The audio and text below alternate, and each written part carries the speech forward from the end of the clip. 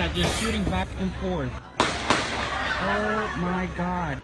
One of the worst attacks in the U.S. since 9/11. 50 people have been killed overnight in a shooting at a gay nightclub in Orlando, Florida.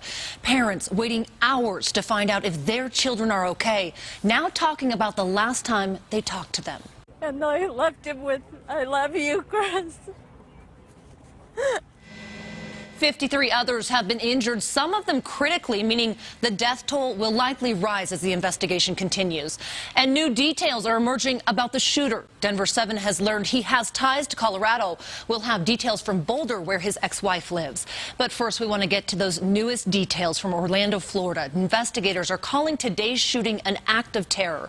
ABC's Marcy Gonzalez reports from Orlando with the breaking developments. Look at that, just shooting back and forth. Horrifying moments from the worst mass shooting in American history captured on camera. Oh my God. A gunman opening fire early this morning at a gay nightclub in Orlando, Florida. Bam, bam, bam, bam. There was bodies everywhere, and I was crawling. I just kept crawling. At least 50 people killed, more than 50 others injured. This was an act of terror and an act of hate.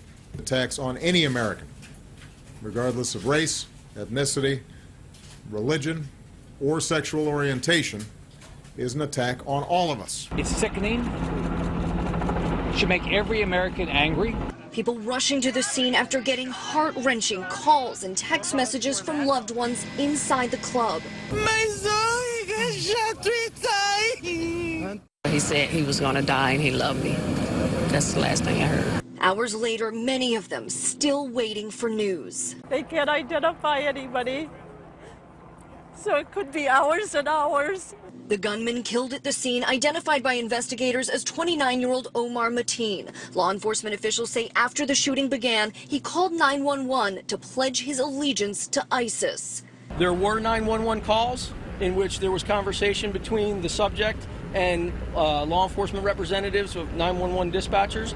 Mateen was known to law enforcement. The FBI interviewed him 3 times back in 2013 and 2014, but he was not deemed a threat.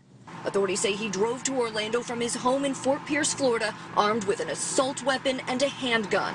He drove 2 hours in order to go to a gay nightclub and to kill people. I think that speaks for itself. And federal officials say the gunman bought the weapons used in the attack within the past week and that they were purchased legally. The scene here is still blocked off as investigators work to identify all of the victims. Marcy Gonzalez, ABC News, Orlando.